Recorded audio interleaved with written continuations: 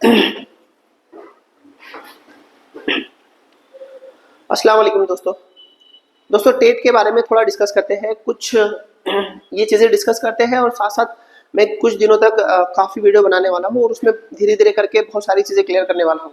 तो आज सिर्फ ये 3 पॉइंट देखने की कोशिश करते हैं। जो हमारा थर्ड टेट है, तीसरा टेट, वो कब होने वाला है। देखो, जो सेकंड टेट है ना, उसकी अभी रिक्रूटमेंट प्रोसेस पूरी मुकम्मल नहीं हुई। उर्दू और इंग्लिश मीडियम के लिहाज से तो बहुत बाकी है और उर्दू के लिहाज से तो बहुत ज़्यादा ही बाकी है। बट अभी थर्ड डेट के डिस्कशन चल रहा है कि कब होगी। जो थर्ड डेट है गवर्नमेंट के अकॉर्डिंग होनी चाहिए नवंबर या दिसंबर में। ऐसा गवर्नमेंट ने बॉम्बे हाई कोर्ट की जो औरंगाबाद वाली अपनी बेंच है, वहाँ पे साफ तौर पर अपने एफिडेविट में कहा है। एफिडेविट में जो चीज़ कही जाती है ना, तो वो करनी होती है गवर्नमेंट्स को, ऐसा है।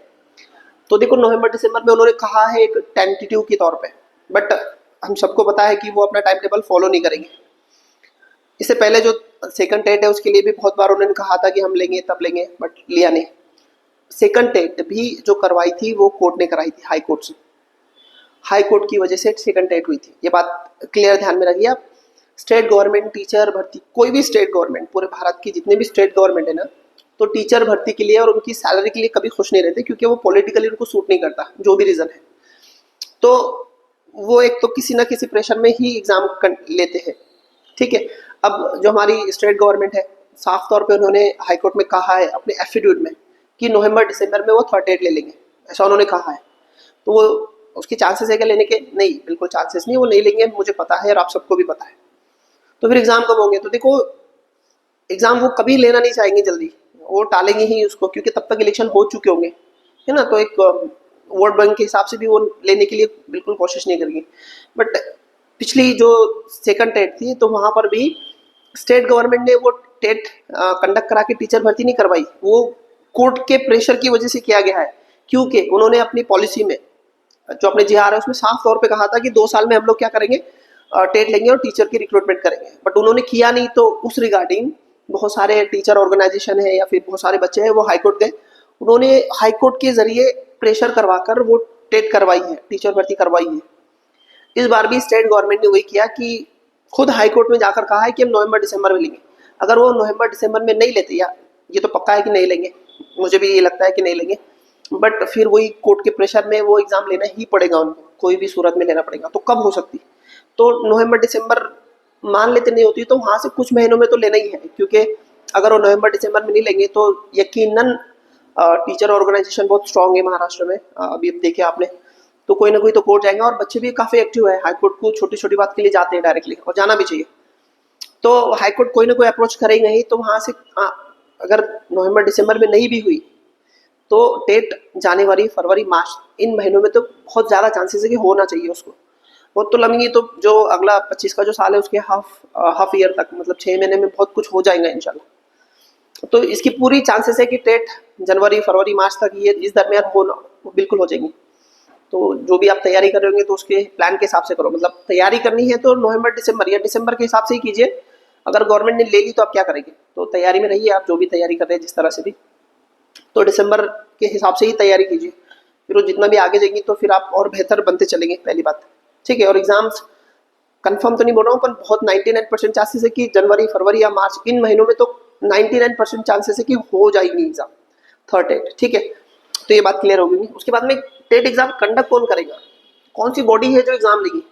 देखो, अभी आईबीपीएस ने लिया था, अब कौन लेगा? तो देखो, अभी फिक्स नहीं है कौन लेगा, तो पर चांसेस किसके लेने के? तो देखो, अभी कुछ दिन पहले जो हमारे डिप्टी सीएम है फडणवीस, तो उन्होंने असेंबली में भी, बहुत नहीं ज़्यादा दिन नहीं हो रहे, 8-15 दिन के पहले कहा, उन्होंने पहले दिन कहा था शायद असेंबली सेशन में, कि जो मतलब गट 3 या फिर गट को बोलते हैं उसको मराठी में, तो गट को में आने वाले जितने भी वैकेंसीज है उसके एग्जाम कौन कंडक्ट कराएगा? एमपीएससी लेगा। और ऑफलाइन, एमपीएससी तो ऑफलाइन लेती, सबको पता है। बट अगर एमपीएससी, क्योंकि टीचर की बहुत कॉम्प्लेक्स प्रोसेस है एग्जाम लेने की, इसमें बहुत सारी चीज़ें हैं, बाकी जो भर्ती होती है ना उससे बहुत अलग है, क्योंकि इसमें पेपर 1 पेपर, ये अलग अलग क्राइटेरिया है, बहुत सारी चीज़ें हैं उसमें। तो वो एमपीएससी उतना मैनेज नहीं कर पाएंगे, इसलिए किसी ना किसी अलग बॉडी को टीचर भर्ती दी ही जाएंगी, पक्का है। तो एमपीएससी ये थोड़ा बहुत कॉम्प्लेक्स फेनोमेना है, तो नहीं हैंडल कर पाएगी, क्योंकि एमपीएससी के ऊपर वैसे ही बहुत ज़्यादा लोड है।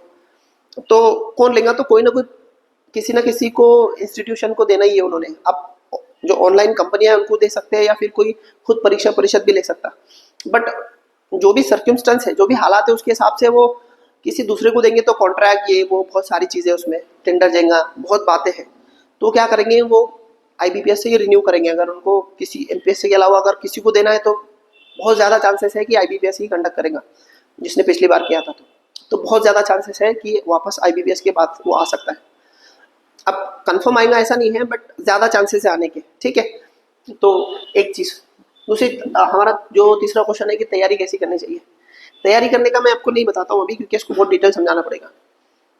देखो, तैयारी डिपेंड करेंगी कि कौन कंडक्ट करेगा, उस पर जो कंडक्ट करेगा उसका अप्रोच के हिसाब से होगी। 17 में जो हुई थी तो वो किसी और ऑनलाइन कंपनी ने ली थी, परीक्षा पर पोर्टल था एक, उसने कंडक्ट की थी, तो उसका एक नेचर अलग ही था। फिर अभी आईबीपीएस ने ली तो उसका नेचर बिल्कुल अलग था। हालांकि सिलेबस सेम है, पूरा का पूरा सिलेबस सेम है, फिर भी दोनों का नेचर बिल्कुल चेंज था, जो भी हम डिस्कस करेंगे आगे लेक्चर में। अब डिपेंड करेगा कि आगे कौन कंडक्ट करेंगे, उसके हिसाब से वो रहेगा, ठीक है। तो उसके हिसाब से आपको तैयारी करना पड़ेगी। बट एक चीज़ है, तैयारी करते टाइम आपके जो सिलेबस का कोर स्ट्रक्चर है ना, वही रहने वाला है, कोर रहने वाला है। तो जब तक डिसाइड नहीं होती तब तक बहुत सारी चीज़ें आप वैसे भी कर सकते हैं। वो जो कोर स्ट्रक्चर क्या रहने वाला है, सिलेबस क्या रहेगा, तो वो हम लोग अगले लेक्चर में डिस्कस करेंगे, क्योंकि बहुत लंबा वीडियो बनेगा। मैं अब रोज़ थोड़ा थोड़ा डिस्कस करूँगा। तो मैं कल सिलेबस की तैयारी कैसे करने की, पढ़ाई कैसे करने की, उस पर पूरा डिटेल एनालिसिस किया हुआ हम जानने की कोशिश करेंगे। हम लोग क्या समझेंगे कल की पेपर 17 में क्या हुआ, 22-23 में क्या हुआ, नया जो आने वाला है वो क्या करेगा, है ना, क्या कॉमन था, क्या अलग हुआ, ये सारी बहुत सारी चीज़ें हम लोग पूरा एनालिसिस के साथ डिस्कस करेंगे। मैं एक सारे सब्जेक्ट का ओवरव्यू बताऊंगा आपको कल।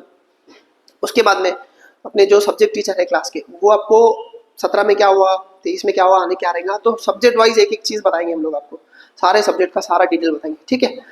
तो इसलिए आप बने रहिए। साथ साथ आप लोग तैयारी कर रहे तो तैयारी क्लासेस हम लोग चालू कर रहे हैं अभी 25 तारीख से। तो टेट जो 24 में होने वाला है, जो कि 25 मुझे लगता है जनवरी फरवरी तक होगा। उर्दू और इंग्लिश मीडियम के लिए ऑनलाइन ऑफलाइन दोनों क्लासेस है, जिससे हम लोग बैच स्टार्ट कर रहे हैं, ठीक है। उसमें लाइव लेक्चर भी होते हैं, रिकॉर्डेड लेक्चर भी होते हैं, आपको नोट्स मिलेंगे, टेस्ट सीरीज मिलेगी ना। अब हमारा एक्सपीरियंस भी अच्छा आ गया तो बोल सकते हैं आप वेल एक्सपीरियंस टीचर है, ठीक है। जो ऑनलाइन वाले ऑफलाइन वाले बच्चे ये एड्रेस पे आ सकते हैं, और जो ऑफलाइन वाले कॉन्टैक्ट नंबर है ऑफिस के, आप कभी भी कॉल करके ले सकते हैं ना, ठीक है। तो वीडियो को शेयर कीजिए और बने रहिए। आप अगर आप क्लासेस नहीं भी ज्वाइन किए तो बने रहिए, बहुत क्लियर चीज़ें समझ में आएंगी आपको कि क्या करना है, क्योंकि बहुत सारा एनालिसिस करके आपको समझाना पड़ेगा या आपको खुद समझना पड़ेगा। बहुत बारीकियाँ है, बहुत अंडरस्टैंडिंग है, उसको लेकर ही तैयारी करनी पड़ेगी। तो हम लोग कल के वीडियो में डिस्कस करेंगे। अभी के लिए इतना ही है, इजाज़त दो, अल्लाह हाफिज़, बाय बाय।